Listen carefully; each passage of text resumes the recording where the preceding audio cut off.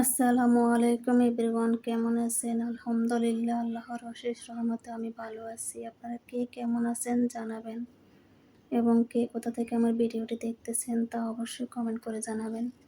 আর যদি ভিডিওটি ভালো লেগে থাকে প্লিজ একটি লাইক করবেন।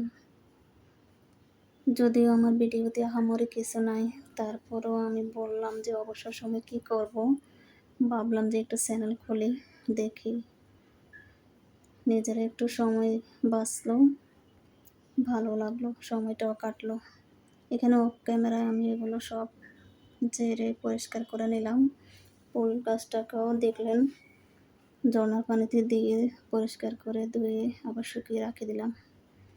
তারপর এখানে দুপুরের জন্য মুরগির গিলা কলিজাগুলোকে বোনা করব। মুরগির গিলা কলিজাগুলোকে আগে গরম পানি দিয়ে একটু হলুদ লবণ দিয়ে এটাকে ভাপিয়ে নেব, তাহলে আর এক্সট্রা কোনো গন্ধ থাকে না। তারপর এটাকে সরিষার তেল দিয়ে পেঁয়াজ দিয়ে গরম মশলা দিয়ে দেব। গরম মশলা পেঁয়াজ অনেকক্ষণ ভাজার পরে একে একে সবগুলো মশলা দিয়ে দেব।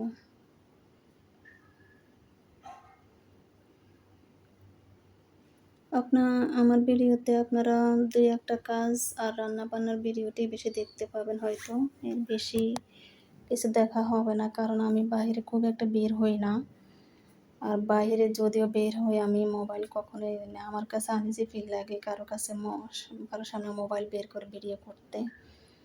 এটা আমার কাছে জানি কেমন লাগে, পারি না। যার কাছে যেমন, সবাই তো আর সবার মতো না, আমি আমার মতোই আছি। মশলাগুলো ভালোভাবে কষানো হয়ে গেলে যে কলিজাগুলোকে আবার পানি দিয়ে পরিষ্কার করে ধুয়ে নিয়েছি, ধুয়ে তারপরে এগুলোকে আবার ভালোভাবে কষিয়ে নেব। ভালোভাবে কষিয়ে এটাকে পরিমাণ মতো পানি দিয়ে দিবেন। মনে করবেন যে যতটুকু পানি দিলে সিদ্ধ হবে ভালোভাবে, ততটুকু পানি দেওয়ার চেষ্টা করবেন।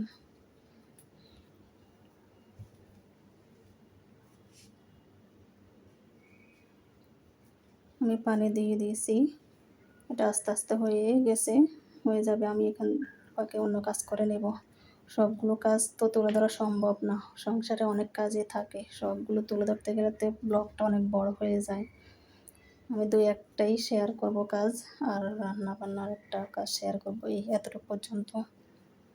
তারপরে বিকালে একটু ছাদে গেলাম, ছাদে গিয়ে দেখি কবুতর বসে আছে, ভাবছি একটু ভিডিও করে নিই, দেখতে ভালোই লাগে।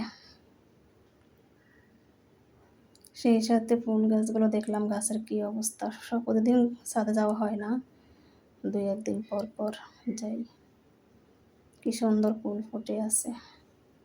নয়নতারা গাছের খুব একটা যত্ন নিতে হয় না। আজকের ভিডিওটি এতটুকু পর্যন্ত। আল্লাহ হাফেজ।